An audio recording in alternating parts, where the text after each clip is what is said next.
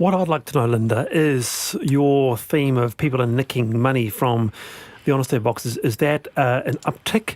Is that a slowly increasing trend? Because talk to anyone who's got a roadside stall and they'll tell you this. I mean, we know some people who've got one over at Cook's Beach, and one year they didn't just steal the money, they stole the actual box. They yanked it off it was bolted on, they took to it and got that off too. So it just depends. I mean, I think it's a bit different. Some people will sometimes take something and leave you an IOU, or some days you'll be $10 down, the next day you'll be $10 up. So you know that someone's just come back and paid you from the previous day. But on the whole, I think if your roadside stall's sitting where no one can see it, it's just a sitting duck. I miss them. I'd like to have more roadside stalls around where I live. But farmers markets have really filled a lot of that, because you can just go once a week and sell the whole lot in one go. As Caitlin was saying. Now, in terms of helicopter responses, they are still rolling through. Just one here regarding the blue thunder above Christchurch. If you grew up in Auckland, you're used to helicopters in the sky. The only time they've been in Christchurch skies have been when the ground and guns have been rumbling, which are individually stressful events. Therefore, the noise intrusion brings it all back. Which is a fair point. It's a fair point, isn't it? Yeah. All right, now, an interesting study in the UK has shown that free school dinners are better at reducing childhood obesity rates than lunches packed at home. The research, carried out by University of Essex, tracked the impact of free midday meals on primary school children. It showed that there was a steady decline in the above-average BMI of those children during the primary school years. They also found that children's body mass index levels rose after they had been on school holidays and weren't eating the school dinners. And they found the impact was across income levels and was more effective than other school programs such as running the Daily Mile or healthy eating messaging. And the New Zealand government here kicked off a free school lunch program this year to be rolled out to 21,000 students by the start of next year. Round the panel, Linda, you first. A low-calorie but filling and nutritious midday meal in primary schools to reverse our appalling childhood obesity rates. Look, it wouldn't even have to be free and I would sign up for it. I can't stand trying to work out what to put in the kids' lunch boxes every day. You'd support it. Oh, absolutely. But also I think in some respects, if you can cook a meal, you can make that healthier than what you can pack in the morning. You know, like you don't like to give your kids too many things that might go off or spoil. Like even cheese gets a bit gross, doesn't it, in the old school lunchbox? So absolutely. I mean, it makes perfect sense. And even if you paid for it. I would pay for it. I hate doing school lunches. Mike, what are your thoughts on this? I'd pay for it too. No, I don't find that research even remotely surprising. You're rushed in the morning, working families, you hand out what you can, what's in the cupboard. And you know what they're going to eat and you know what they're going to leave behind. I mean, for years, I would open up a lunchbox and there would be an apple. Oh, that apple can do a whole week's service. That's right. It goes in the compost bin on Friday night. That's right. Having done its job. Would you support, then, you as well, a nationally rolled out free lunch program, even maybe in the future paying for it? Yes, I would. I think that it's now gone into some low decile schools.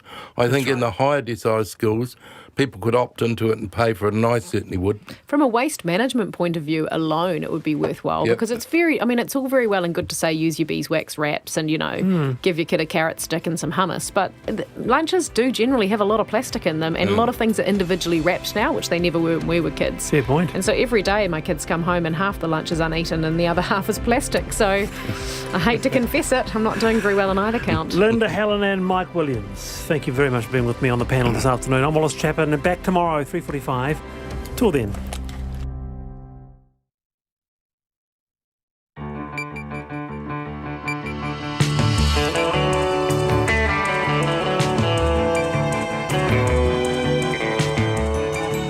Te whakarongo mai koe ki te reo irirangi o Aotearoa. This is Checkpoint on RNZ National. I'm Lisa Owen.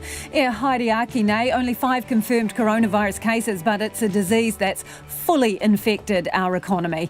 The government launches the bare bones of a business rescue package as one bank predicts New Zealand is heading toward a recession. COVID-19 has Air New Zealand in the brace position. The new boss can't rule out redundancies or ending the year in the red. And other businesses feel the burn as tourists bail out. Inside a drive-up medical clinic, why they could be packed up and relocated for COVID-19 testing in just 24 hours. The Prime Minister announces Andrew Coster as the country's new police commissioner, and predator-free plans could cost billions, but will it actually bring back the bird song? RNZ News at 5. Kia ora, ko Susana Leia tawa tēnei. Cabinet ministers have given the green light to set up a support package for businesses struggling due to COVID-19. The package will include wage subsidies for workers in worst affected sectors, as well as training and redeployment offers.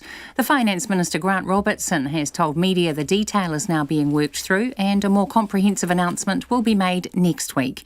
He says the situation demands a tailor-made response, as it doesn't just affect one sector or region. The fact that we haven't seen a situation like this before means it is important to get the details of this package right. In particular, the timing of support and the criteria that we will use. Grant Robertson says the Cabinet has also directed officials to work on a package of longer-term measures which may be required if the crisis worsens. Air New Zealand is suffering a more than 10% decline in demand due to the impact of the coronavirus. The airline has scrapped its financial forecasts for the current year because of the uncertainty. Global airlines are seeing billions of dollars of bookings wiped off their books as tourists and travellers cancel trips. Air New Zealand's Chief Executive Greg Foran has told Checkpoint the airline was down 10% a few days ago and it has worsened since. What we're seeing out of Asia is a pretty significant shift in demand, as you would expect out of places like Japan and Shanghai, where we were flying, and ceased, and then Seoul and even Hong Kong. And then across the Tasman, there's been a reasonable shift as well, and we're seeing that across New Zealand and even to the United States. Greg Foran would not put a figure on latest declines. The BNZ is warning the risk of a recession for New Zealand caused by the coronavirus is growing by the day. In its analysis of economic conditions out today, it has changed its warning of a recession being plausible to now being probable. But it says any recession is likely to be short and shallow, with growth resuming and continuing in the second half of the year. Meanwhile, the ASB says it expects no economic growth over the first half of 2020. It has updated its growth forecasts and says it's now apparent the economic impacts will be larger and longer than assumed. The New Zealand share market has just closed down 2.9% in one of the worst trading days since the spread of COVID-19. The Director-General of Health says he's disappointed laboratory workers are choosing to strike in the middle of a coronavirus outbreak. Medical laboratory workers and NZ Blood Service employees who are members of Apex Union will strike on Friday as part of a collective employment agreement dispute. Ashley Bloomfield says it won't disrupt the testing of COVID-19, but he says he's had robust conversations with the union about the poor timing. I'm just disappointed that they are using this situation to get leverage around an industrial matter that's been ongoing since last July. That doesn't mean that we don't want to resolve that matter, but I don't think now is the time to be trying to use this as leverage, and I think that's pretty disappointing. The Director-General of Health, Ashley Bloomfield. The Prime Minister has named a new Commissioner of the Police. Andrew Coster has been part of the police since 1996, holding roles in several police districts, including as the Auckland Central Area Commander. He replaces Mike Bush, who retires at the end of the month. Jacinda Ardern says Mr Coster will start his 5-year term on the 3rd of April. Despite rain across much of the North Island today, droughts are likely to be declared in other regions as farmers continue to struggle with water shortages.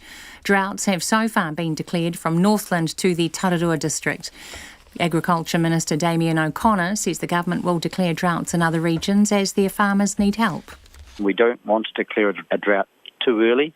We need to keep the confidence in farmers as much as possible, but when it's really dry, when they have no option and when they need some assistance, then we declare a medium adverse event, which is effectively a drought.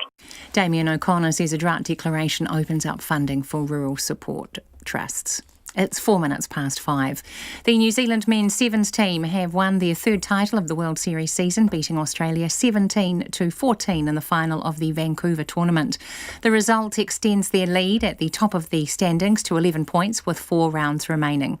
The Wellington Phoenix coach Ufuk Talay believes they're playing the kind of consistent football that should have them pushing deep into the A-League finals. The Knicks are up to third in the standings following last night's 3-1 win over bottom-placed Central Coast in Gosford. Tale says the team is in a good place after a third straight win. Yeah, you want to have consistency within your squad, and we have consistency with the team that we put out onto the field as well. So consistency is ways to move up the table and try to win something. Ufuk Tale. Former Australia cricket captain Michael Clarke says he'd be surprised if anyone turned up to watch Australia's upcoming one-day series against New Zealand. Clarke questioned the timing of the series on the Big Sports Breakfast radio show, claiming the 3 matches are merely token and can only be for money. Australia host the Black Caps in Sydney on Friday and Sunday before the 3rd match of the series in Hobart on March 20th, which makes it the latest finish to an international season in Australia outside World Cups since 1979. That's the news. Coronavirus. What we'll see across the globe is multiple overlapping epidemics in different countries, and it will unfortunately drag on for a very long time. Complaints about Christchurch's police chopper. It's intrusive. It wakes me up in the middle of the night and I don't like it. I don't even know why they're there. A white-knuckle plane ride. I was keen not to wreck the aeroplane. That turned out pretty well, but you're not going all that fast when you finally touch down on a little thing like that. Lift off with Morning Reports, weekdays from 6 on air and online. Now the short forecast from Met Service till midnight tomorrow. Northland to Taranaki, also central high country. Rain briefly heavy with thunderstorms possible in Northland, easing to isolated showers tonight. Coromandel Peninsula, Bay of Plenty, Gisborne and Hawke's Bay. Scattered rain developing tonight, then easing to fine spells and isolated showers overnight. Whanganui to Wellington, also Wairirapa, mainly fine. Isolated showers retreating north of Levin tonight. Showers developing in the south tomorrow night. For Nelson, mainly fine, scattered rain developing tomorrow evening. Bulla, Westland and Fiordland showers, some heavy, becoming isolated tomorrow and fine spells increasing. Marlborough and Canterbury, mainly fine tonight, rain or showers tomorrow. Otago and Southland, scattered showers developing, mainly in Southland and Clutha, where some could be thundery. Rain developing overnight, then easing to a few showers tomorrow evening. Chatham Islands, rain developing tomorrow afternoon. RNZ National, it's 7 minutes past 5. Thanks, Susanna. This is Checkpoint and I'm Lisa Owen. In the past hour, the government has unveiled the beginnings of a business rescue package which will include a wage subsidy scheme for those affected by the economic downturn brought by COVID-19. Treasury has also been asked to work on tax relief options. The Prime Minister has also announced the government's fast-tracking powers for medical officers of health to quarantine ships, aircrafts and their passengers if necessary. It comes as 2,000 people remain in self-isolation with the number of confirmed coronavirus cases at 5. Finance Minister Grant Robertson told media a short time ago that whilst one bank is predicting a recession is probable, that is not the advice he has. We have to keep in mind that this is a rapidly changing situation and we have been planning for multiple scenarios. Today, I can also confirm that Cabinet has directed officials to work on a package of longer-term measures that may be required to support the economy, businesses and workers. It is quite clear that the global economic disruption caused by COVID-19 is going to have a serious impact on the New Zealand economy. But New Zealand is well placed to respond. We have been running surpluses. Our net debt position is at 19.5% of GDP, well below what we inherited and well below other countries. On top of the work we're already doing, I'm confident this package will help New Zealanders through this situation. Finance Minister Grant Robertson. Air New Zealand's new CEO says nothing is off the table, including redundancies, as it weathers heavy financial turbulence due to the coronavirus. The company has canned its earnings outlook for 2020, saying things are moving at a rapid pace and the financial impact of COVID-19 is likely to be more significant than previously thought. It's already estimated the outbreak could slash $75 million off its full-year profit. On average, Air New Zealand says demand is down 10% across all markets and still falling. The airline has already reduced capacity into Asia by 26%. Today, new boss Greg Foran voluntarily took a pay cut that shaves about $250,000 off his base salary of $1.65 million, and he's just a month into the job. Mai, you've walked back into a firestorm, haven't you? It's certainly been an interesting start. Thrilled to be back in the country, as you can imagine, but certainly it has been quite tough. But you know what? It's tougher on our staff and our customers, and that's my focus at the moment.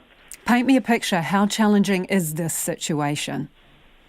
Well, it's emerging, and there's no doubt about that. So what we saw 4 weeks ago, which is, literally just when I started, and then what we saw 2 weeks ago is different to what we're seeing today, and I think we're we're finding that right across the globe. I don't think New Zealand is alone in that, and I don't think Air New Zealand is alone in that as I talk to my colleagues around the globe. So it's emerging, and it's really hard to get a sense as to what this looks like, say, in 4 weeks' time. And so we're, being fleet of foot and nimble and dealing with things as they come along. Are you preparing for the worst, Greg? We're preparing for what we can see coming down the track at us. So, as I said, it's emerging, hard to tell exactly. And what is that? What is coming down the track at you, do you think? Well, we're seeing less customers flying internationally, and we definitely saw that coming out of Asia. And then most recently, we've seen changes in terms of customers' behaviour across the Tasman, and then even more recently, what's happening within our very own New Zealand. So those are the things that are changing. How much has demand dropped off? Because you've obviously cut certain routes and capacity, so how much has demand reduced? Yeah, look, averages tend to lead you down a different track here, and what we're seeing out of Asia is a pretty significant shift in demand, as you would expect out of places like Japan and Shanghai, where we were flying, and ceased, and then Seoul and even Hong Kong. And then across the Tasman, there's been a reasonable shift as well, and we're seeing that across New Zealand and even to the United States. So, look, on average, the network up until a few days ago was tracking around down 10%, but that's changed, and we're seeing that continue to move. How far? So if it was on average 10%, where is it sitting now? I don't want to get into those specifics, to be honest, because we're just working through all of those at the moment. You mentioned America there. That was one of the markets that, the government, I suppose, was also hoping we could tap into and encourage people to travel, but that's dropping as well, is it? That's true, and that's been reasonably recent. So up until a week ago, flights to the US have been well patronised, but most recently we're seeing that come off, and once again, not all that surprising. And as I've spoken to my colleagues over there, and we read in what we see, then that hasn't surprised me all that much. Okay, so what are you doing to, help reduce the impact of this? Yeah, well, there are sort of two things that we look at closely. The first one is just how many flights we have going to particular destinations, so we get into the capacity that's available out there in the marketplace. And then the second thing we do is we start having a look at what we call our variable operating costs. And, there is costs in a business that are fixed and some are variable. The variable ones could be, what sort of projects do we have underway at the moment? What are we doing in terms of things like our staff taking leave and holidays and long service leave and overtime? Anything which is a variable cost we're looking at, including any CapEx projects that we might say to ourselves, do we have to do those now or can we delay them? So they're the sort of things that we're getting into. So in terms of staff then, because you've obviously got fewer reduced runs on the routes, what are you doing with staff? How many people, for example, are taking voluntary holidays or unpaid leave? What's happening there? Yeah, well, once again, that's emerging at the moment, and I don't have those specific facts right in front of me at the moment, and we're working through that literally today, and doing that across the business. So it's not just what's happening in flight attendants, but what are we doing in terms of cargo? We're thinking about what's happening in the Home Office. This is a sort of total company review, and we're just working through that sensibly now. You obviously have taken a pay cut voluntarily. In the scheme of things, that's probably a very small amount of money, a drop in the bucket, in terms of the effect this is going to have on you. So why did you do it? Are you leading by example? Well, I think that is one of the things that's important in these situations, is to lead by example. And as I mentioned, certainly it's been an interesting start for me to a new role. But my concerns are with our customers and our staff, and I think it's appropriate that I've taken the action that I have. So are you expecting any of your other executives to follow your lead and voluntarily take pay cuts? Well, as we've identified, our executive team here have been on a pay freeze for some time now, and that's terrific of them to do that, and I think we're at an appropriate point at this stage. Do you anticipate redundancies as a result of this? Too early to say that, but you can't rule anything out at this stage. As I've mentioned several times, this is emerging, and we just need to think through this very sensibly, work with all our stakeholders in this, particularly our unions, and make decisions that are good for this business for the short, medium and long term. Okay, so you've withdrawn your earnings guidance. Could you end this full year, with a loss?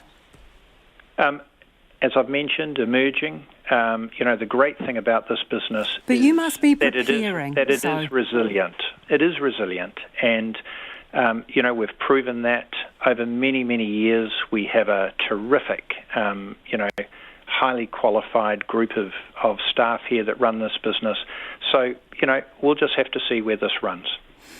Can you rule it out?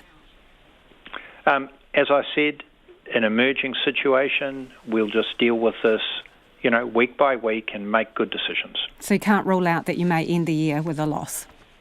As I said, it's emerging. Okay, so the dividend, not the interim dividend, that's due at the end of this month, isn't it? So that's correct. Longer term, are you in conversations with your shareholding minister in terms of the full year dividend and perhaps the government waiving their dividend payment? Any conversations about that?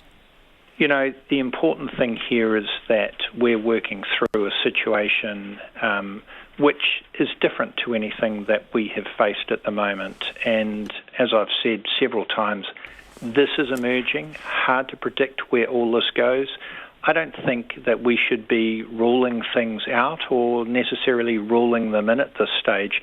Let's understand this as we work through it and make good, sensible decisions. And, I stress again, the resilience of Air New Zealand has been proven, and I'm very confident that in time we're going to trade our way through this and we're going to have a terrific airline. Have you started having those conversations with Grant Robertson about the dividend, though?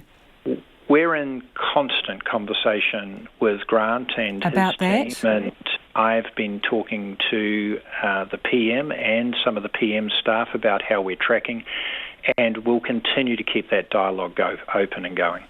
What is your advice to travellers then, or people planning a trip?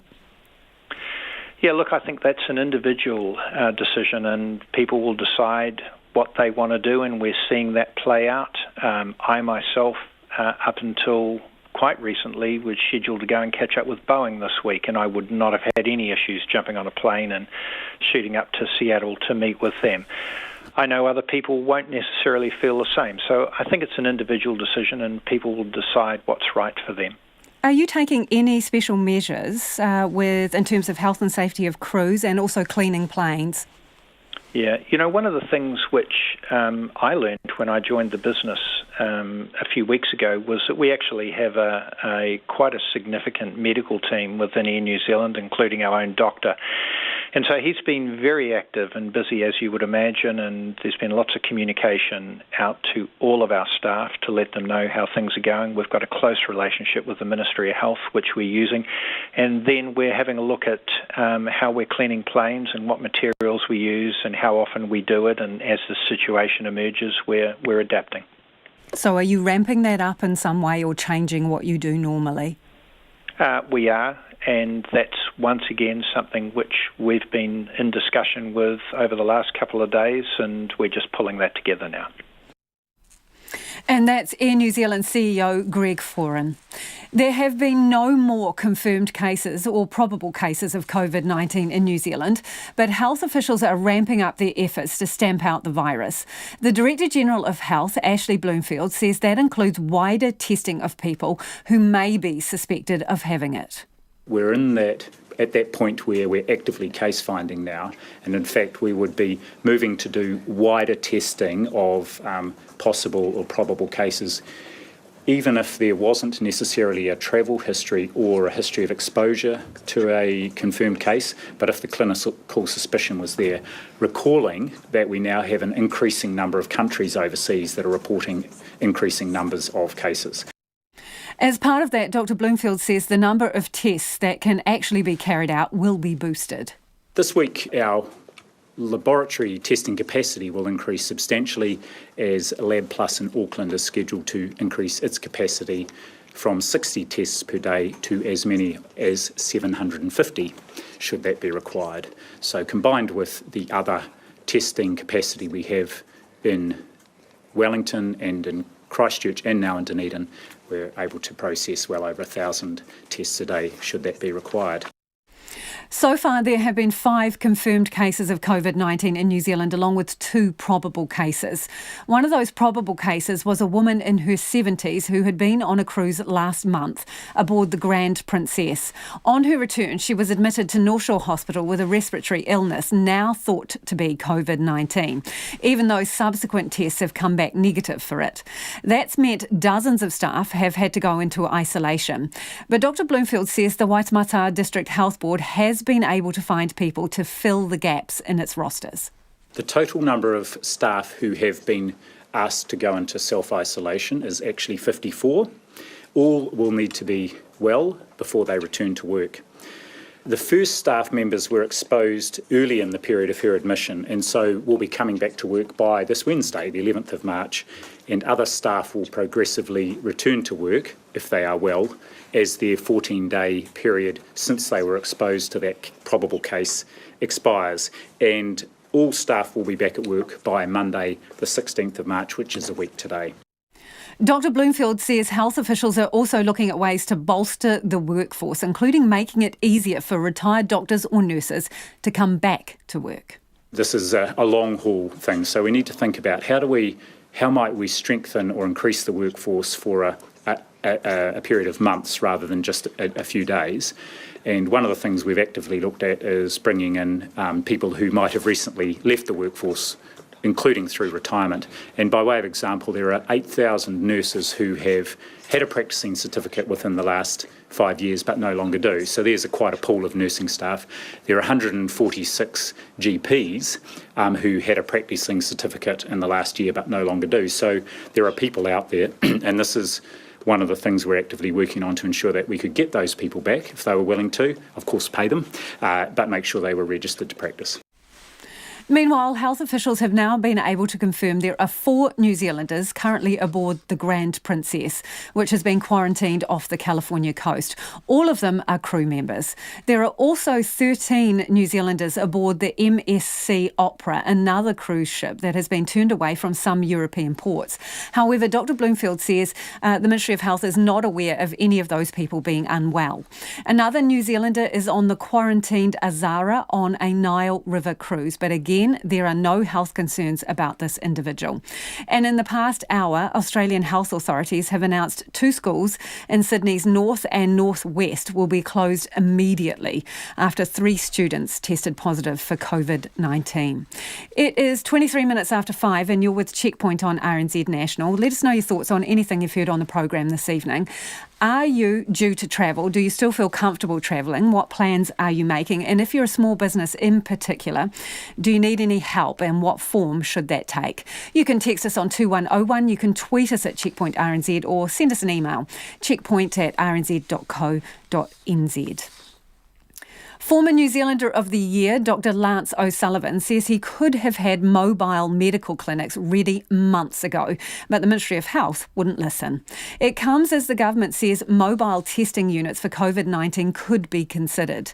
Dr O'Sullivan says he has spent the last year trying to get his idea for shipping container clinics off the ground. The idea being that they can service needy communities with the ability to be packed up and moved to hotspots within 24 hours during a pandemic. Our reporter Katie Doyle and cameraman Nick Monroe took a trip to Container Co in Panmure to see one of the would-be mobile container clinics. When it's finished, this 40-foot green shipping container will be kitted out with a consultation room, reception, 2 triage areas and a toilet, a doctor's clinic but bite-sized.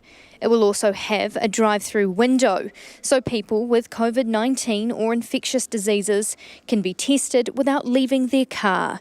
It's been a labour of love for Dr Lance O'Sullivan, and with COVID-19 now on our shores, he says the time to act is now. There's already a pressing need, already a significant shortage of health services and people were waiting up to 4 to 5 weeks to just see a GP for their current problems. You overlay the COVID virus as we go into an influenza season, which is the winter in New Zealand, and we will not cope. But there's a real opportunity with a bit of creative thought and innovation that we could actually turn it into a very accessible and meaningful health service, for communities around New Zealand. The difference here is that, well, why don't we just keep you in your car? Because actually it'd be better if you don't come into our clinic and talk to a nurse through a glass window. Why don't we keep you in the car and do an assessment through the window, and it's very, very possible. There isn't a lot on the market at the moment. One of the tests that we've been doing, and I've personally done since the pandemic started, is a very unpleasant test for the patient where we put a horrible swab through your nostril down into the back of your throat. It's called a nasopharyngeal swab, and it's not just unpleasant, but it's actually quite dangerous for the person who's doing the test in terms of infection. If we do that swab, it's really common that the natural response of someone is to sneeze and cough. Okay, so I typically do it and try and run away as fast as possible, but a lot of our staff get caught with someone coughing all over them. Now, we may have PPE gear on, but that's still a risk. It's not a very safe test, and it takes 2 to 3 days for a result to come back. There's actually some tests that we're talking to some companies about that, just like a diabetic pricks their finger to do a blood sugar level. I mean, okay, yes, a little bit of pain, but to be honest, I'd rather get a finger prick than a tree trunk shoved down my nose. And it's it's real time. We get an answer in less than 2 minutes.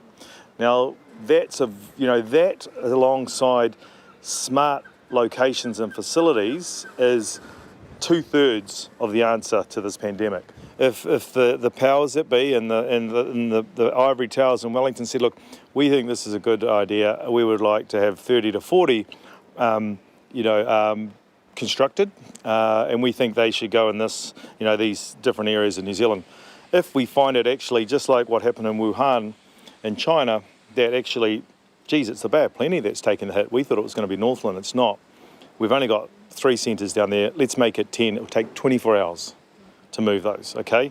I don't see another solution that could be as efficient and could be as rapidly deployable, and then on top of that, innovating to make it a high quality service, not just a camper van with someone hanging out the window. Do you feel you're getting the movement that you want?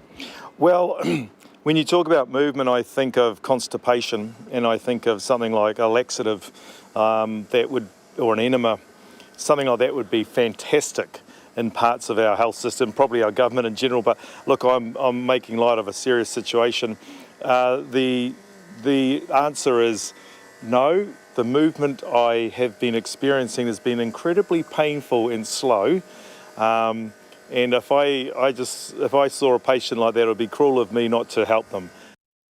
And that's Dr. Lance O'Sullivan speaking with our reporter Katie Doyle. If you were listening to that, don't forget you can go online and have a look at the plans he has for these containers in the video.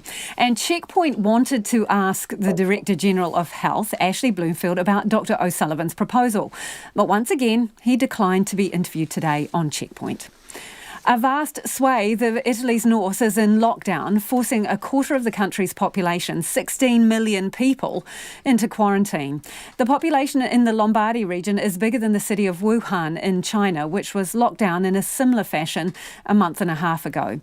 The number of people who've died as a result of the outbreak increased by 133 in a day to 366. Italy now has the highest number of confirmed infections outside of China, with 7,300. The Prime Minister, Giuseppe Conte, has announced the closure of schools, gyms, museums, nightclubs and other venues across the whole country. The ABC's Claudia Long reports. In the Vatican City, not even God can stand in the way of Italy's coronavirus outbreak. Pope Francis says he's feeling caged by the disease's spread as he was forced to deliver his Sunday blessing via live stream yesterday rather than from a window in St Peter's Square. I am close in prayer to the people who are suffering because of the current coronavirus epidemic, as well as to all those who are taking care of them.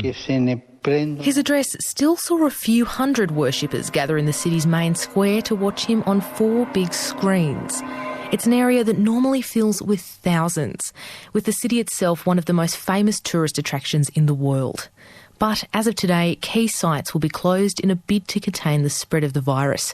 Across the country, schools, gyms, museums, nightclubs and other venues will all close, with bars and restaurants still allowed to remain open, as long as owners can keep a 1 metre distance among their customers.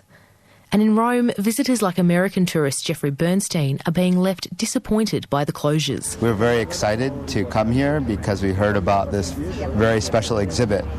But we also heard yesterday that museums would be closing for the coronavirus. But for many residents in the north of Italy, tourist attractions shutting their doors hardly compares to the lockdown of the entire region of Lombardy. There will be a ban for everybody to move in and out of these territories and also within the same territory. Exceptions will be allowed only for proven professional needs, exceptional cases and health issues. Italian Prime Minister Giuseppe Conte says the government has little option but to lock down the northern region that's home to 16 million people. That's more than the populations of New South Wales and Queensland combined.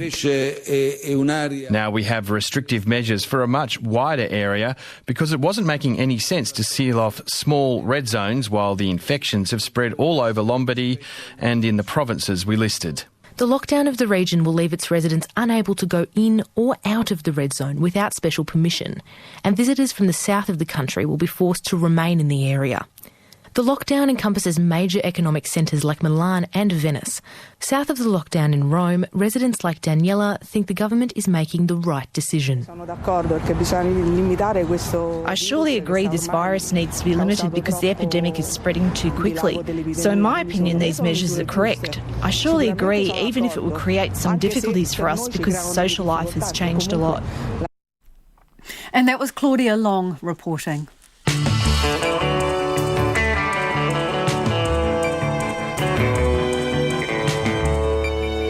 Coming up on Checkpoint on RNZ National, hundreds of dead seagulls wash up on Horowhenua beaches. Eden Park's new bid to hold concerts. And should cyclists be allowed on the footpaths? Let us know your thoughts on all of those things. You can text us on 2101. You can tweet us at Checkpoint RNZ, or you can send us a good old-fashioned email. We do still like to get those. checkpoint@rnz.co.nz. But standing by with the 5:30-ish headlines is Susanna. Cabinet ministers have approved a support package for businesses struggling due to the coronavirus.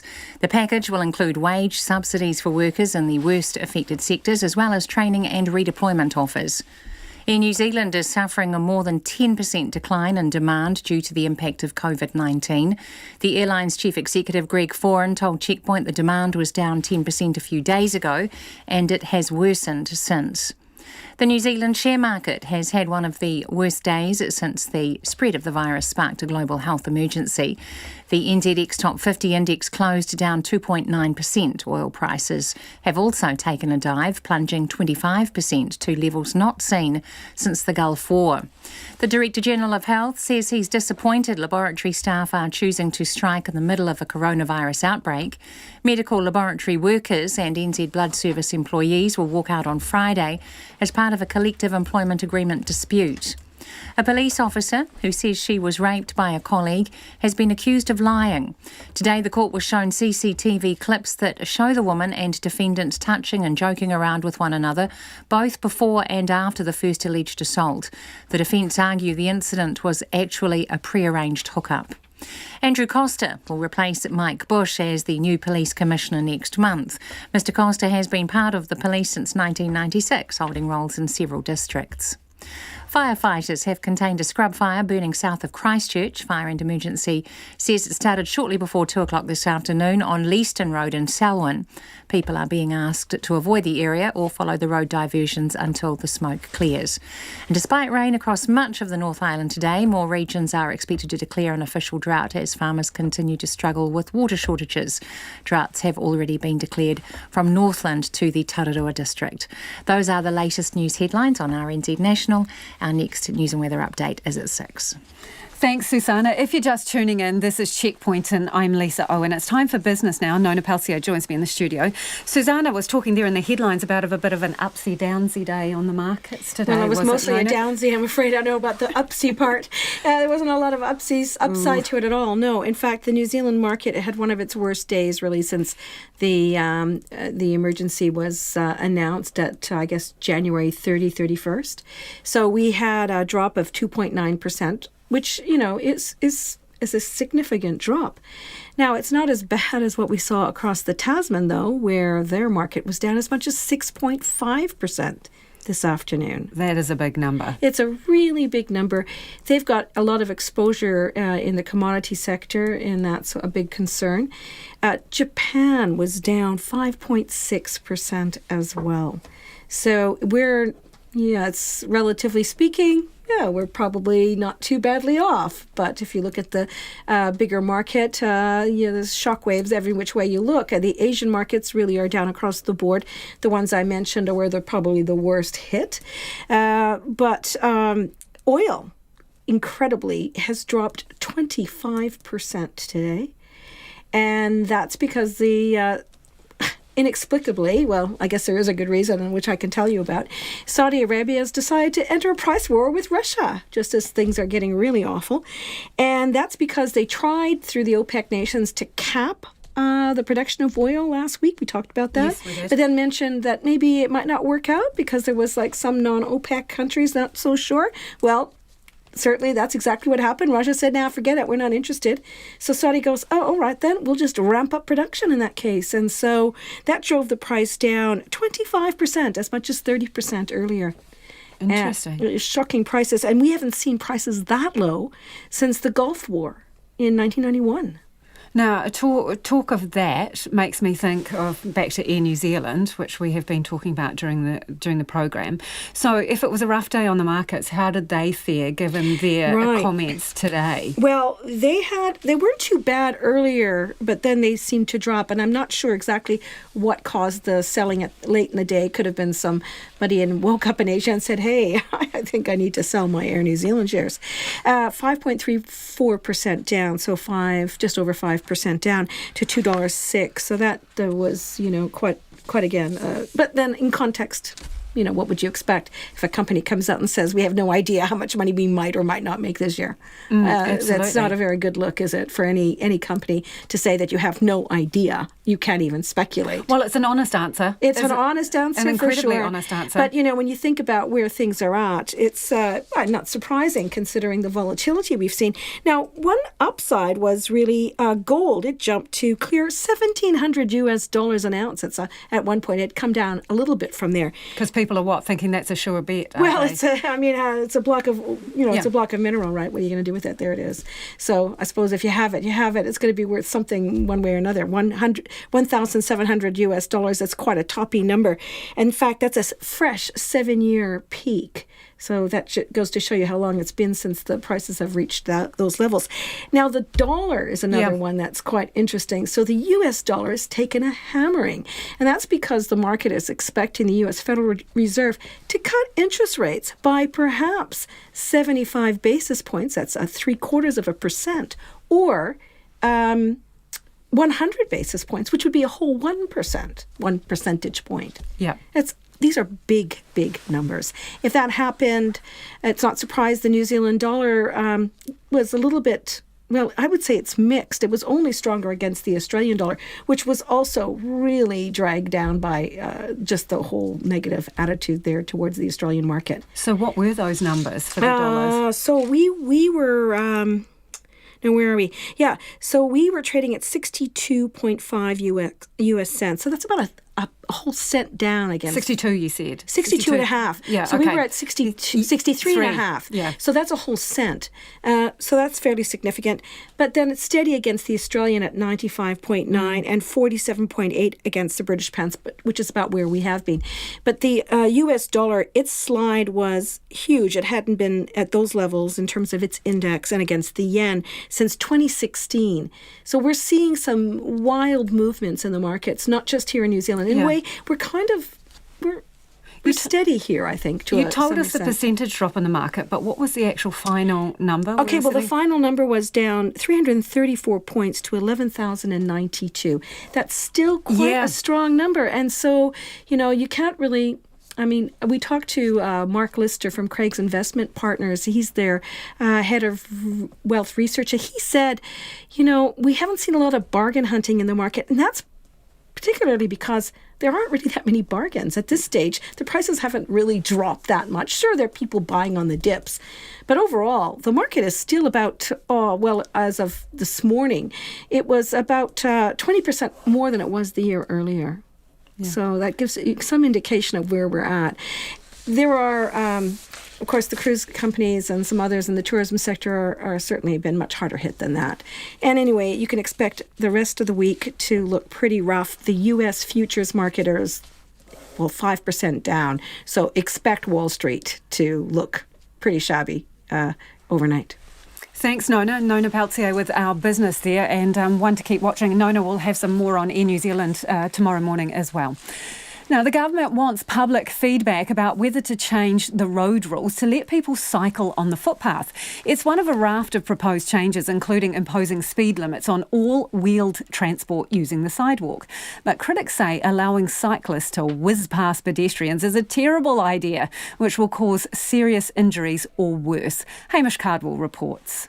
The government says the suite of possible changes to the road rules will bring the law into line with how people actually use the roads. These proposals in its Accessible Streets plan released today include whether to allow all cyclists on the footpath, just people under 16 years of age, or to continue to ban it. Other changes include a 15km/h speed limit on all wheeled transport using footpaths, including e-scooters, with riders required to give way to pedestrians. Chris Teo-Sherrell from the Footpaths for Feet Coalition says the proposed speed limit isn't far off the pace of a good marathon runner, which is far too fast for the footpath. He says allowing young, inexperienced cyclists to hurtle past vulnerable pedestrians will inevitably have catastrophic results. People who are frail, a 50-kilogram older person perhaps, has difficulty walking but still gets out because they know how good it is for their health. You imagine somebody coming along even at 15 kilometres an hour, and let's say they're a 100-kilo person, and imagine there's an impact there, what that impact is going to be. Who's going to come off worse? Mr. Teo-Sherrell says the proposal will make some people too scared to walk the streets. The opposite of the government's aim, which is to encourage active transportation and improve pedestrian safety. And this will apply especially for people with disabilities, people who are frail, people who have cognitive impairments that make them confused when there's fast-moving objects around them, all sorts of people. And also just people that don't want to have somebody whizzing by them at 15 kilometres an hour. Meanwhile, Joe Clendon, who organised a petition in 2016 calling for cyclists to be allowed on the sidewalks, says the current rules force parents to tell their children to break the law, and that needs to change. As parents, we want to bring up our kids so that they think that the law's the law. When they get behind the wheel at 16, we want them to think the speed limit is the speed limit. The blood alcohol limits are the blood alcohol limits. We don't want them to think, oh, no, those don't apply to me. No, I just hated that contradiction. She says the proposed change will allow parents and schools to show young people how to navigate footpaths safely. If we can teach them, hey, that's what you do. When you come up, but even when you're like 5 metres back from someone, you make sure you get on that grass verge. You don't do it at the last minute. You don't surprise them. These kids have these innate skills, and we can teach them to use them to be respectful. But Ms Clendon says allowing bikes on the footpath is just a stopgap measure and believes more cycle paths are desperately needed. The Associate Transport Minister Julianne Genter says she thinks the 15km/h speed limit is about right.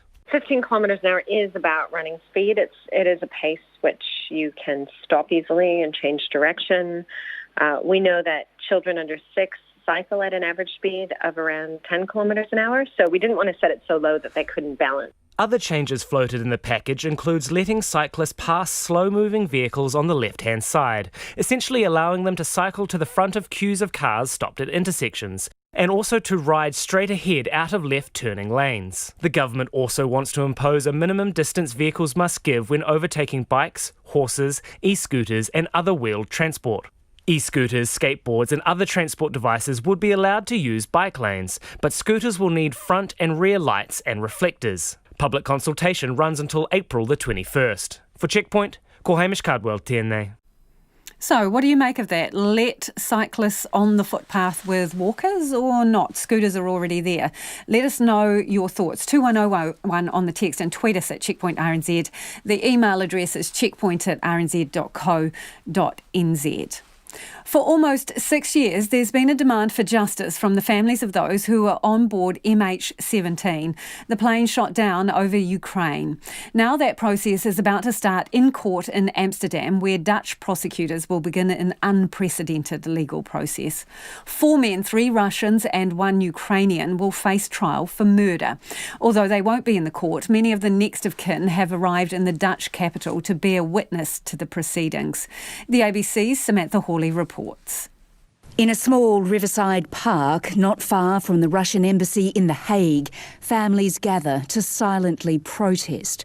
White fold-away chairs, 298 of them, are placed side by side in rows to represent the lives lost when MH17 was blown out of the sky in 2014. It's actually harder than I thought it would be. I think it brings back some of the rawness. Australians John and Merrin O'Brien, who lost their son Jack, have been to Amsterdam twice since the downing of MH17. Once for the opening of a memorial park near the airport, again to view CCTV vision of Jack before he boarded the flight, and now for the start of the trial. I think might have been sitting at home or even on the plane thinking I don't really want to do this. But then I thought it's about standing up for Jack in some way. It's about being a witness to this part of the process. I think we actually feel a bit bleak, really, but we decided to come here for the start of the trial because it's important and because we represent Jack. But it's not like a happy holiday. There are too many family members who've travelled to all sit in the courtroom, but the O'Briens have been granted a space on Tuesday and will watch via video link on the other days. They'll also submit a victim impact statement, which they first prepared in 2016. Whilst we think, the loss of Jack is always with us, when you get it out and you read it, again, it's just like... You can't live in that place all the time though, so you go into it and then you back off. So, but to crystallise on paper what something like this means. Dutch woman Selena Frederick's son Brian and his girlfriend Daisy were on the plane. She says she's glad the trial is about to start. I think we've been waiting for it for 5.5 years and we'd like to see all the evidence that's there.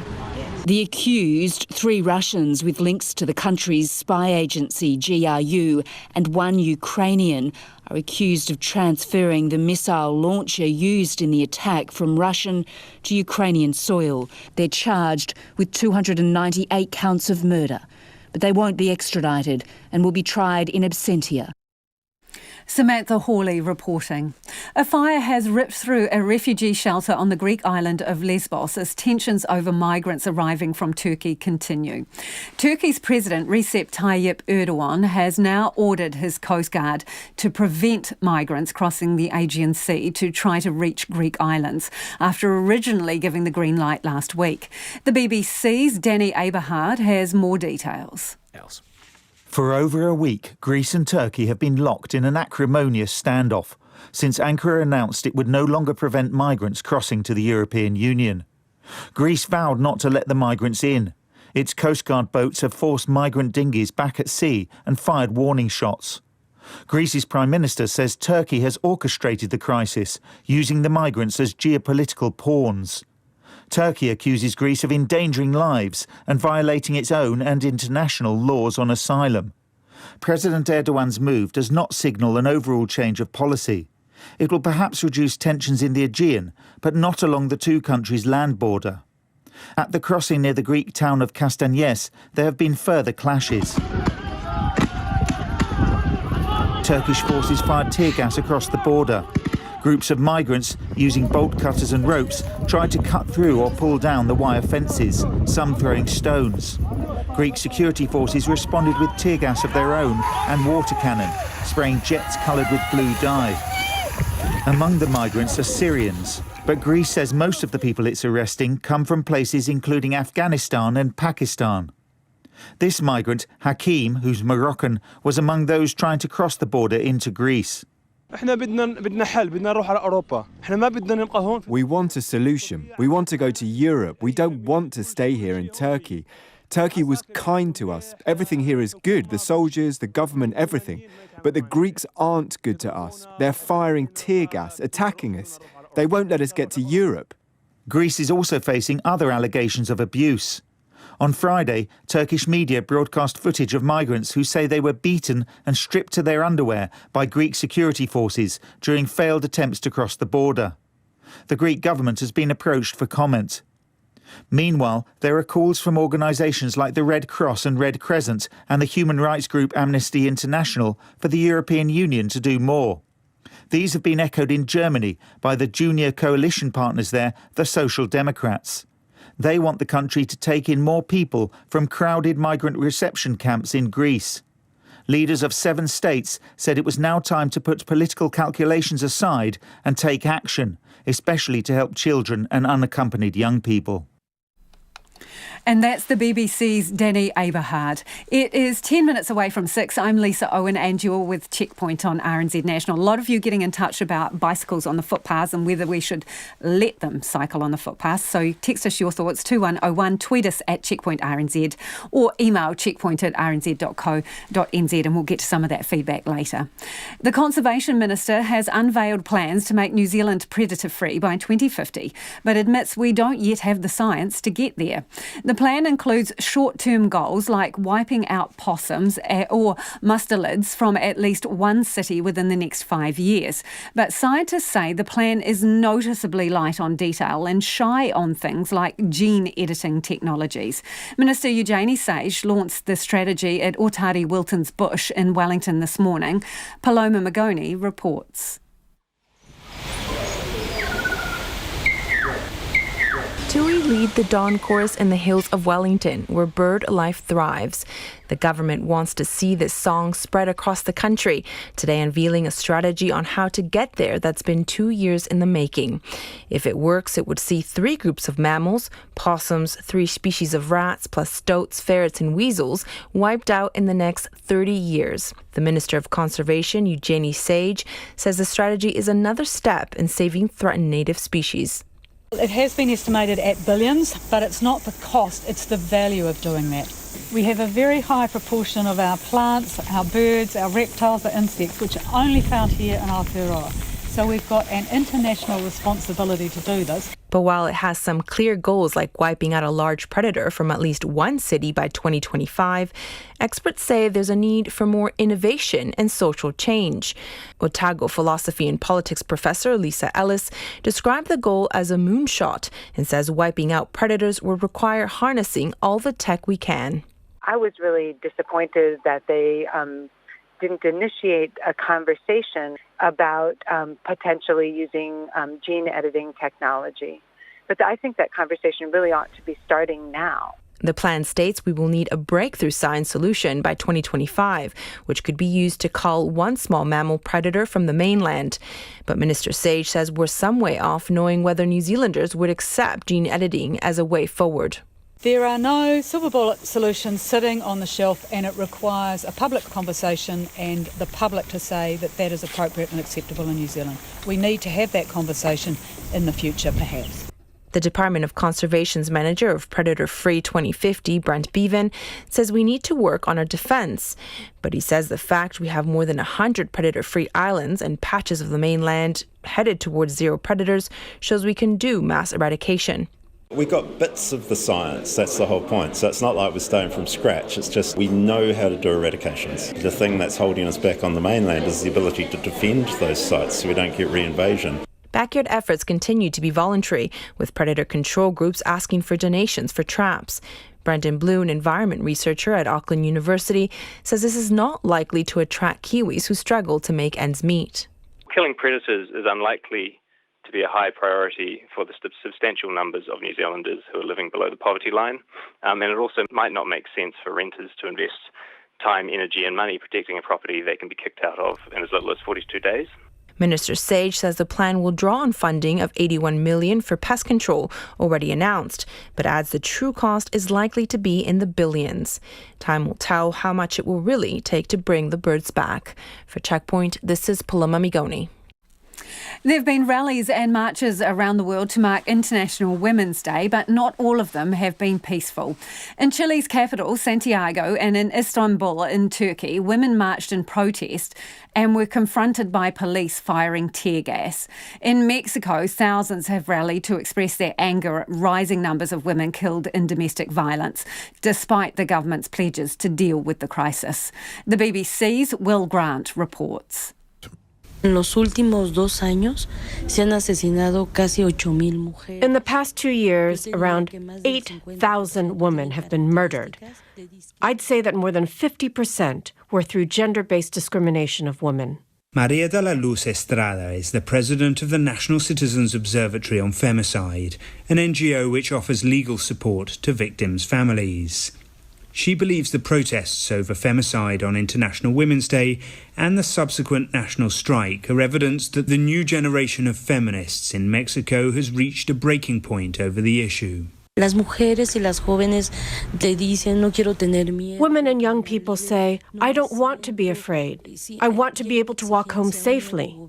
And they are demanding action from a new government, which generated high hopes when they came to power, as they promised they'd be different to previous administrations and not look the other way. Entonces hay una mayor exigencia. The feminists' detractors accuse them of vandalism and say the more radical ones are harming their message by damaging national statues and monuments on their marches. Grieving mother Araceli Mondragon has very little patience for that particular argument. Yo también he ido a esas marchas. Hacemos eso porque estamos cansados. I've been on those marches too, and we take radical action because we're tired. We're full of fury. Why? Because they are our daughters, whose lives were taken in the cruelest way. Those who judge us should just hope that they're never in our shoes. They would do well to simply pray to God that they're never in our shoes, because that will be the day that they truly understand us.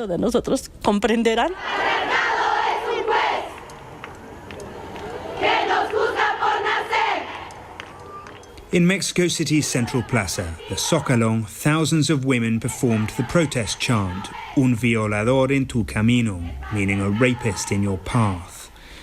It has become an anthem and a rallying cry across the Spanish-speaking world for a women's movement exhausted at the widespread impunity for gender-based violence.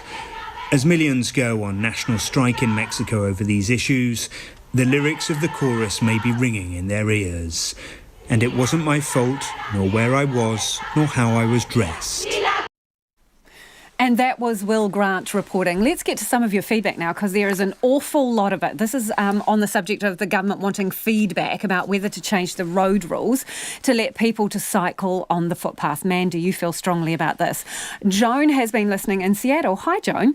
And says, here in Seattle, bicycles are allowed anywhere pedestrians are allowed. The catch is in pedestrian zones we are under pedestrian rules.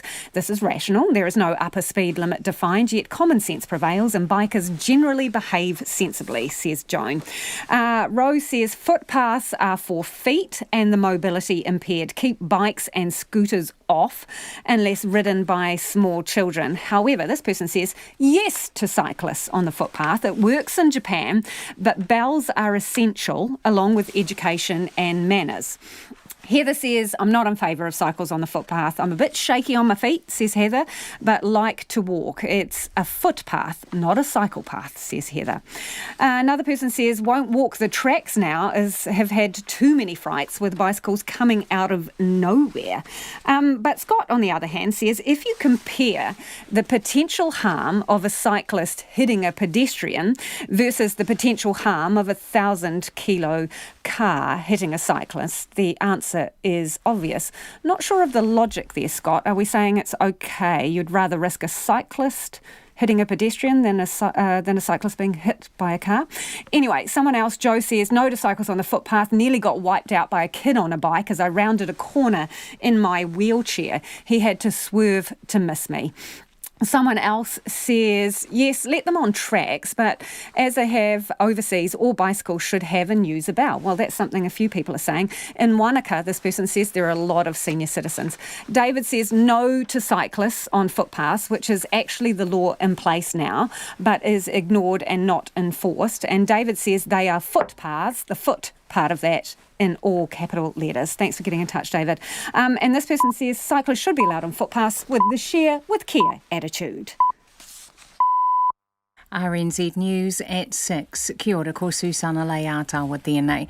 The Finance Minister says New Zealand's major banks are well placed to deal with the economic impact of COVID-19. Grant Robertson met with bank chief executives today to discuss what measures are being taken to assist customers hard hit by the coronavirus. He says the meeting was constructive and the banks outlined a range of ways they can help those under financial strain.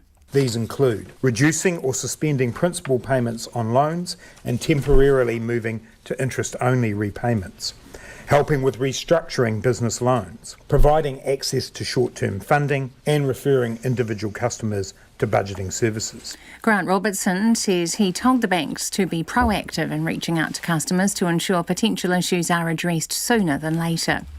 Cabinet ministers this afternoon approved a support package for businesses struggling due to the coronavirus. The package includes wage subsidies for workers in worst affected sectors, as well as training and redeployment offers. The New Zealand share market has had one of the worst days since the spread of COVID-19 sparked a global health emergency. The NZX Top 50 index closed down 2.9%, but has fared better than the benchmark Australian, which is down more than 6% late this afternoon. Oil prices have also taken a dive, plunging 25% to levels not seen since the Gulf War in 1991, as Saudi Arabia decided to ramp up production after failing to get Russia to agree to a cap. The New Zealand dollar has also had a rocky session. It's down against all the major currencies, but slightly stronger against the Australian dollar. It's trading at 62.4 US cents and 95.8 Australian. The Prime Minister says it's disappointing the opposition can't see merit in making sure homes are warm and dry. Under changes announced by National Party leader Simon Bridges today, plans to limit rent rises to only once every 12 months would be axed if it gets into government. Newly introduced heating standards requiring landlords to provide a heater in the living room would also be scrapped. Jacinda Ardern says now is the time to focus on healthy homes. Look, I would have thought that at a time when people see the importance of making sure that New Zealanders are healthy and well, that things like making sure that homes are warm and dry, exactly the kinds of measures that we need to stop putting pressure on our health system. So it's disappointing to see they haven't gotten in behind that. Prime Minister Jacinda Ardern. The Crown says a Bay of Plenty man accused of killing his 2-year-old daughter in July 2018 intended to take her life. 34-year-old Tewi Savage is on trial in the High Court in Hamilton for murder. Annika Savage's body was found in the Rangitaiki River. Andrew McRae reports. The Crown says the accused was angry after the breakdown of his relationship with Annika's mother. It says he went for a walk with his daughter to calm down. He was found naked, crying and saying he'd drowned his daughter. Crown prosecutor Richard Jensen says the defendant later claimed he'd not drowned her. Defence lawyer Shane Tate says his client doesn't accept responsibility for his daughter getting into the river or her drowning. He says the defence will be that Mr Savage was insane at the time. In Hamilton, ko Andrew McGrath tēnei. Despite rain across much of the North Island today, more regions are expected to declare an official drought as farmers continue to struggle with water shortages. Droughts have already been declared from Northland to the Tararua district. Agriculture Minister Damien O'Connor says when farmers need assistance, the government will likely announce droughts in other regions. Mr O'Connor says it takes more than a few sprinkles of rain to ease a drought. The declarations open up funding to help farmers.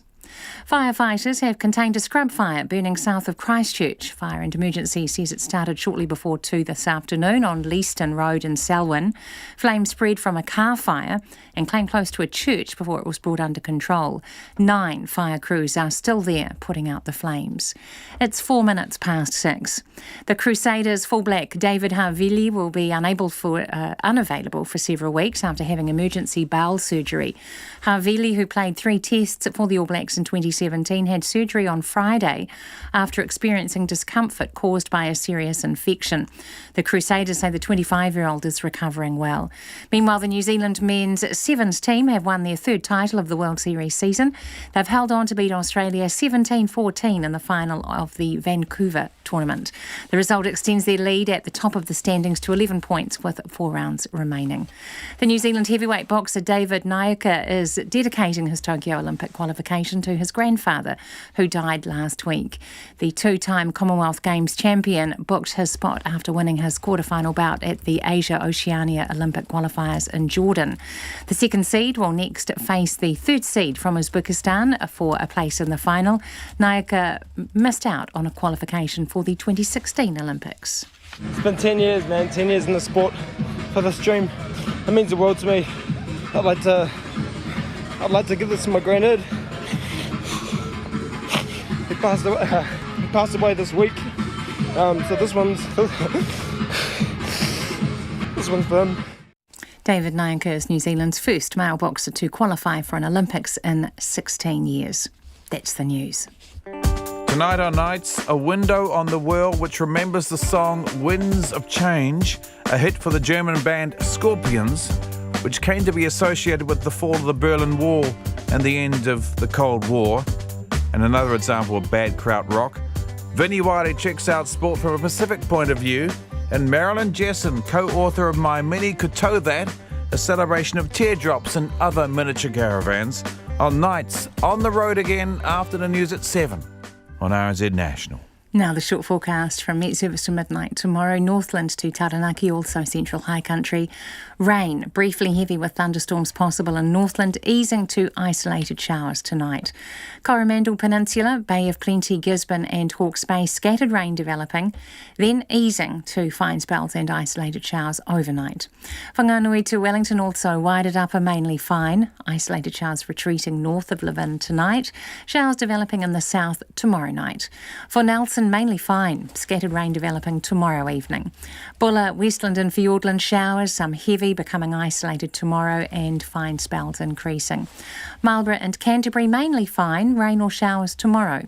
Otago and Southland scattered showers developing, mainly in Southland and Clutha where some could be thundery, and then rain developing overnight, then easing to a few showers tomorrow night.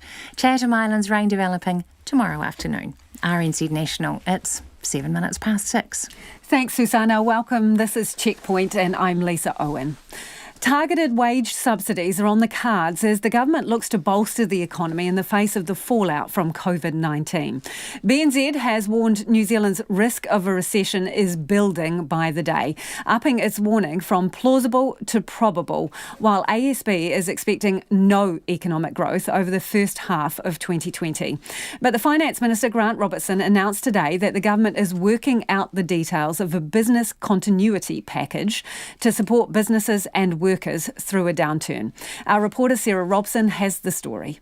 Grant Robertson says it's clear the global economic disruption caused by COVID-19 will have a serious impact on the economy. But compared to previous economic shocks, this one is different. It is clear in previous situations such as the earthquakes which businesses were impacted, where they were, why and how. It is different now. We are seeing different businesses in the same industries and the same regions impacted differently.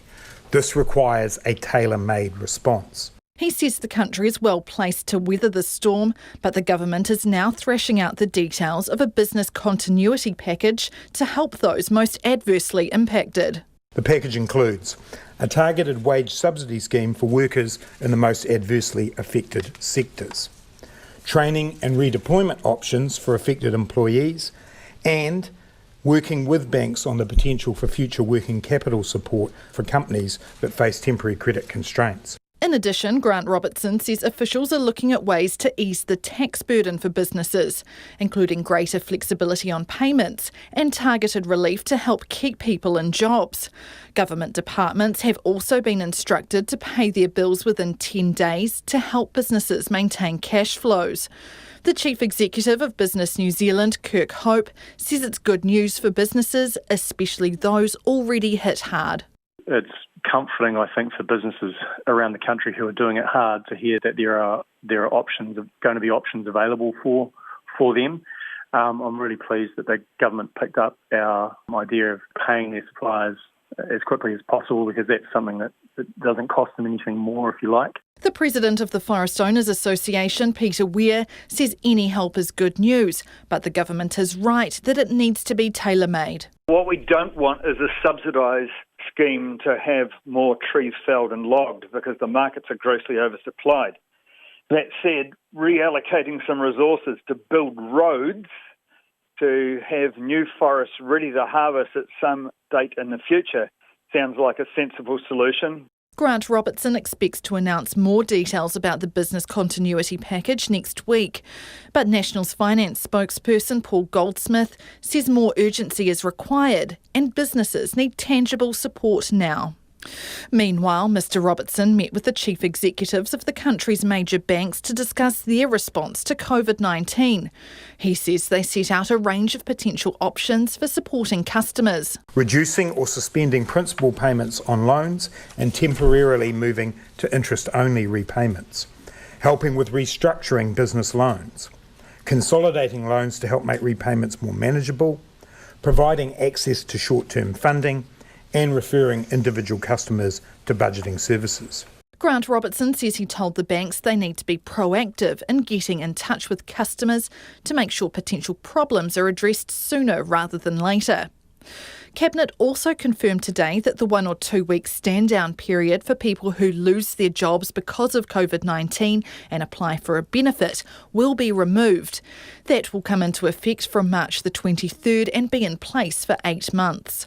So far, the Ministry of Social Development has made 49 hardship grant payments related to COVID-19 to 41 people, totalling just over $8,000.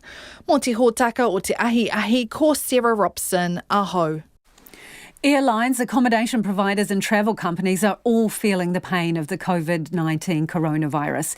Air New Zealand has suspended its financial forecast for the current year because of the uncertainty caused by the virus, as it cuts more services and puts a freeze on hiring.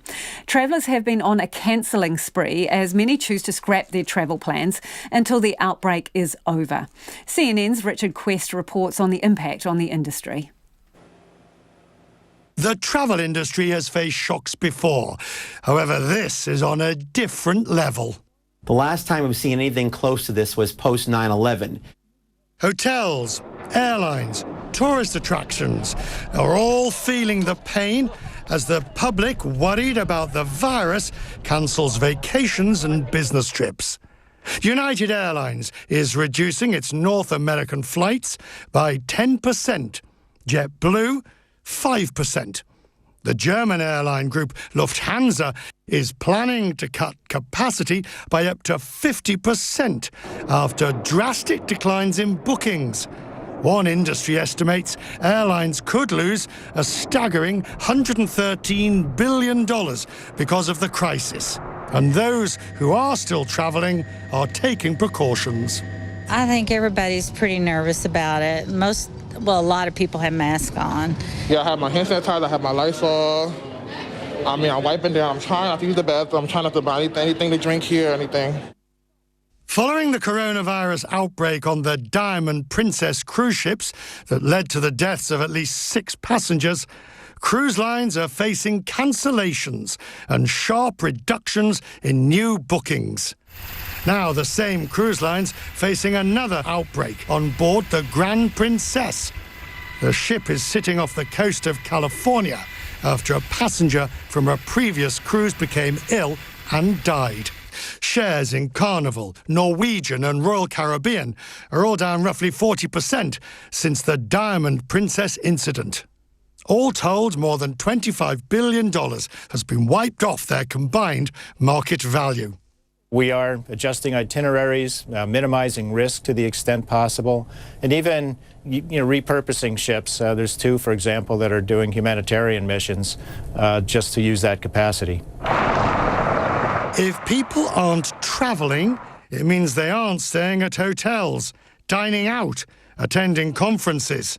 Wynn Resorts is warning its casinos could lose money if international travellers don't come to Las Vegas. Disney has shut 3 theme parks in Asia. And in Italy, Venice's famous St. Mark's Square is practically deserted. Virus cancellations have already pushed a small, struggling airline and a regional cruise line out of business. Experts are predicting tens of thousands of airline staff will likely be out of work, at least temporarily. But I suspect in the United States, within a few months, we're going to be seeing a lot of empty airplanes. Several years of good profits means that the US airline industry is in a much better position to weather this storm. Even so, the airlines are seeking help from the government. The White House has confirmed to CNN that it is considering giving assistance to the industry. Richard Quest there. Meanwhile, some tourism businesses here say they are losing tens of thousands of dollars due to cancellations. Others say they're also seeing far fewer tourists in typically busy hotspots and are concerned about the long-term ramifications for the industry if the virus continues to spread. This comes as the Tourism Industry Association says if things don't get better, the outbreak could result in $1 billion hit for the tourism industry by the middle of the year. Logan Church reports. Nick Kittle runs 39 apartments across 3 complexes in Queenstown. This is usually a busy time for accommodation businesses in the tourist hotspot. But after the news hit that COVID-19 was spreading and the subsequent travel bans, people started cancelling. They started cancelling about 4 weeks ago.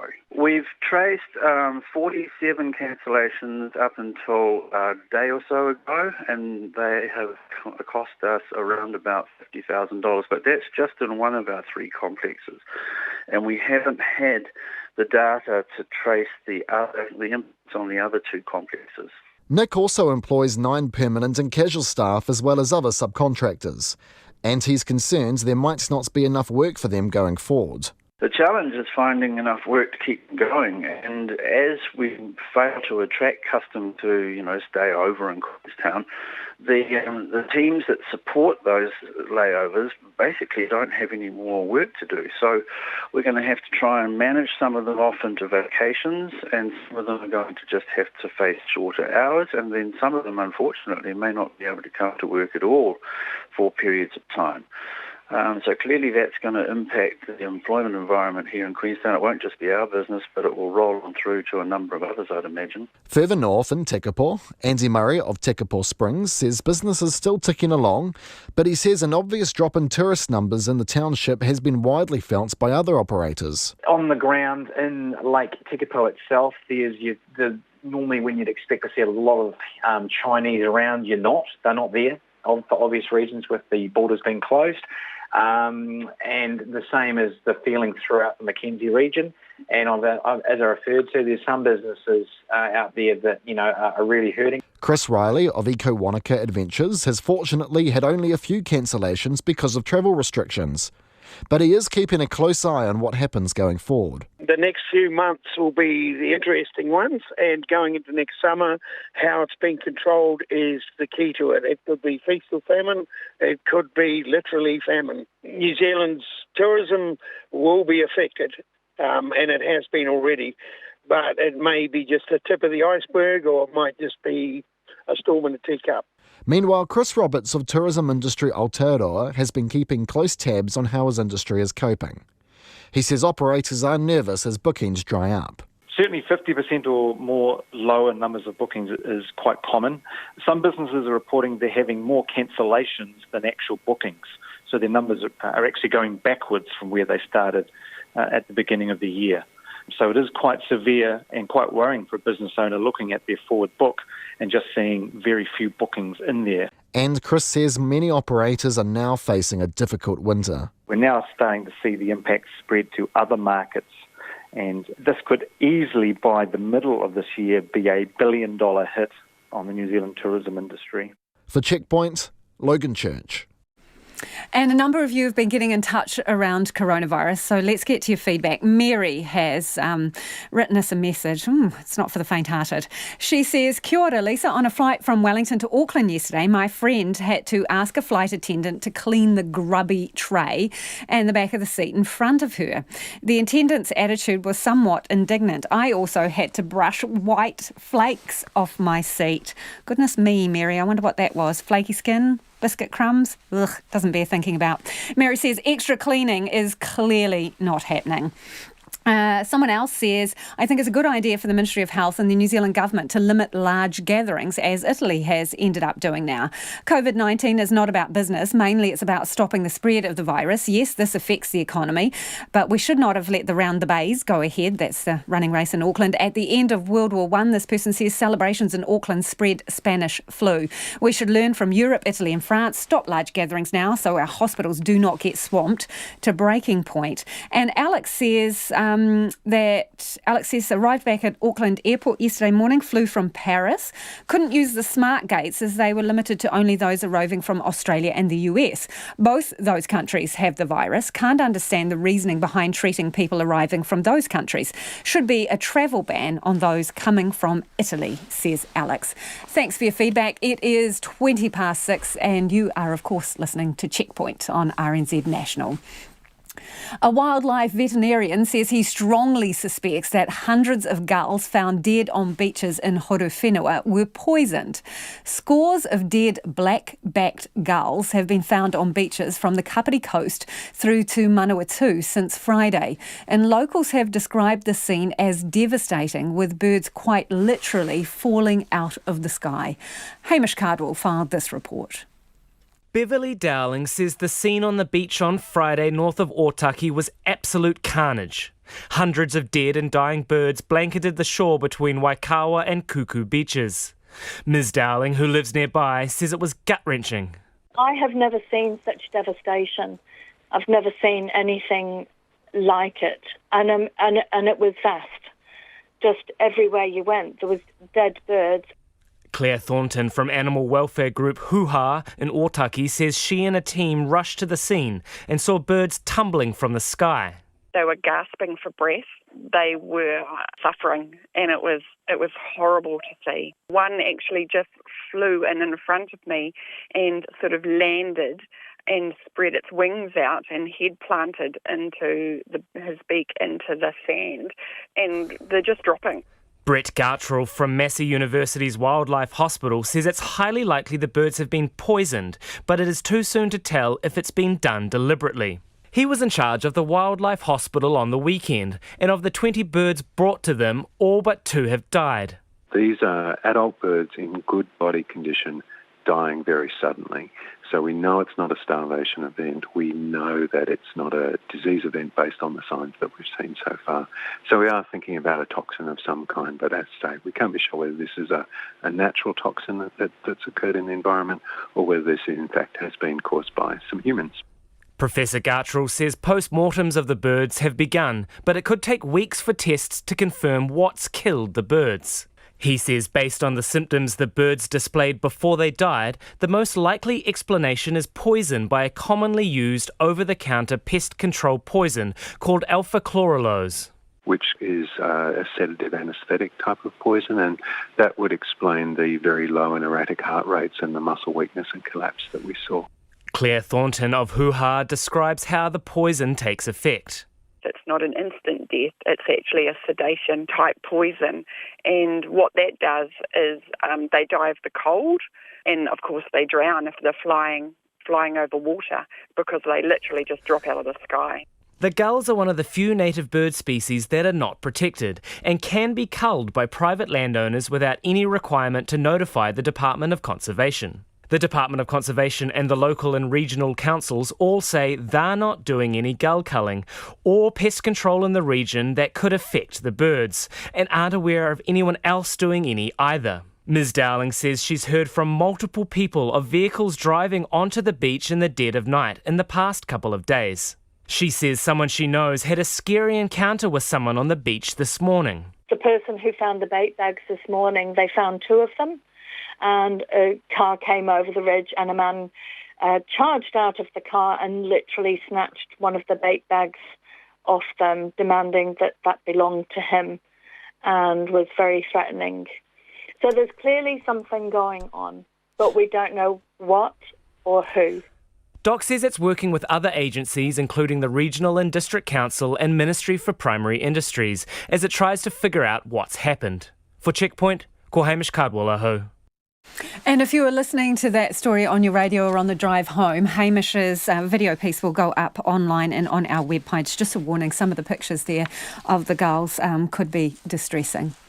Droughts are likely to be declared in more regions as the big dry spreads further south and farmers continue to struggle with water shortages. Agricultural Minister Damien O'Connor says sprinklings of rain won't do much to replenish the dry land. But when farmers need assistance, the government will step in to help free up financial support for those that need it. Amy Williams reports. Drought makes grass so dry it turns grey, and this silvering off means it's of no value in the food chain.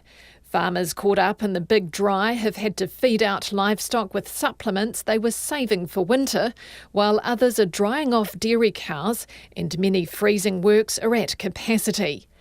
Hawke's Bay farmer Mark Warren from Waipari Station says it's time to ask for help. Yeah, a lot of my mates are in the same situation. You wake at 2 o'clock, you get the tune, the first thing you do is have a look on the weather mat and see if there's any hope of a decent big low coming in and moisture. And then you worry, what are we going to do? Drought conditions were declared an adverse event in the Gisborne, Manawatu, Rangatikai and Tararua districts late last week, adding to those already declared in Northland, Auckland and Waikato. The declaration opened up funding for rural support trusts to help support affected farmers, and some are starting to ask for help. Northland has been in drought the longest. Its Rural Support Trust Coordinator, Julie Yonker, was at Northland Field Days in Dargaville at the weekend, where farmers are on to Plan C. People are starting now to say, OK, this has actually got worse than we have planned for in our Plan A. We are now moving through Plan B and for some even on to the Plan C stage where they say, right, OK, now we're going to have to look at serious issues such as destocking stock that we would normally hold on farm. There are 14 rural support trusts around the country that provide confidential support to farmers and growers facing hardship. Ms Yonker says the Northland Trust usually receives around a dozen calls a month, but this month's tally has spiked to 48, with at least half the callers asking for assistance. South Auckland and Waikato were the next regions to have drought declared last month. Waikato Rural Support Trust Chair Neil Baitup says there's a lot of pressure on farmers to feed stock, but fields of chicory and turnips haven't grown. They've grown one small crop, but they haven't regrown like they normally do. So they need moisture to do that, obviously. So there's a lot of pressure on farmers out there at the moment, and just becoming anxious. The longer it goes, the more anxious they will become. Mr Baitup says there will be requests for financial assistance if the drought continues. In Hamilton City, recent rain and conservation efforts mean water restrictions have been downgraded, allowing households to use sprinklers on alternate days. Auckland Council has shut down playground splash pads due to the water shortage and made some leisure centres available for showers. There could be some relief on the way. NIWA weather forecasts show 50 mils of rain is expected across much of the North Island between today and next Monday. But its principal forecasting scientist, Chris Brandolino, warns the soil is twice as dry as usual for this time of year. In order to recover from drought, from meteorological drought, We need to have multiple rounds of rain over multiple days, probably even multiple weeks, quite frankly. You don't want 100 millimetres of rain in one go. Mr Brandolino says parts of the Upper South Island are extremely dry or in meteorological drought. Agriculture Minister Damien O'Connor says it's likely drought will be declared in southern regions if the dry weather continues. We're working with people on the ground. We get accurate information. We don't want to declare a drought too early. We need to keep the confidence in farmers as much as possible, but when it's really dry, when they have no option and when they need some assistance, then we declare a medium adverse event, which is effectively a drought. Mr O'Connor says farmers should talk to their local rural support trust and ask for help to plan during the drought rather than leave it too late. He'll be visiting Waikato this Thursday to meet with local farmers affected by the drought. For Checkpoint, Amy Williams. Getting pages and pages of feedback about bikes on footpaths. Fiona says, yep, let the cyclists on the footpaths with strict conditions, legal and enforceable ones that can be prosecuted. Here's her list. Alert when approaching, bell or yell. Slow down to 5 kilometres an hour when passing. Slower traffic always has the right-of-way 1-year trial. Thanks, Fiona. This person says it's not the kids we need to worry about, it's the mammals, middle-aged men in Lycra. I've almost been run down by those fools twice this week, they say. Another person says, my 75-year-old friend walks 3 to 4 kilometres a day, then a 7-year-old lass on a bicycle knocked her over. Friend broke her wrist and was badly shaken up. She stopped taking her daily walks and was never as independent and confident going out. Please keep bicycles off our footpaths. Someone else says bicycles deserve their own carriageways. We're back tomorrow. RNZ News headlines at 6:30. Cabinet ministers have given the green light to set up a support package for businesses struggling due to COVID-19. Extra power is being given to health officials to quarantine large vessels that enter New Zealand to help prevent the spread of the disease. Despite rain today, more regions in the North Island are expected to declare an official drought as farmers continue to struggle with water shortages. And the Crown says a Bay of Plenty man accused of killing his 2-year-old daughter in July 2018 lied about what happened to her. Those are the headlines. Our next news will be at 7, then it's Nights with Brian Crump. Take the pulse of the day's news every weeknight at 10. What she told me while we were at sea was that she felt like it was time to break the rules and it was time to do whatever we had to do to save the planet. And that's what she was doing there. Live with local, national and international stories and some music with your news. They're the beautiful kind of vocals you get when you hear someone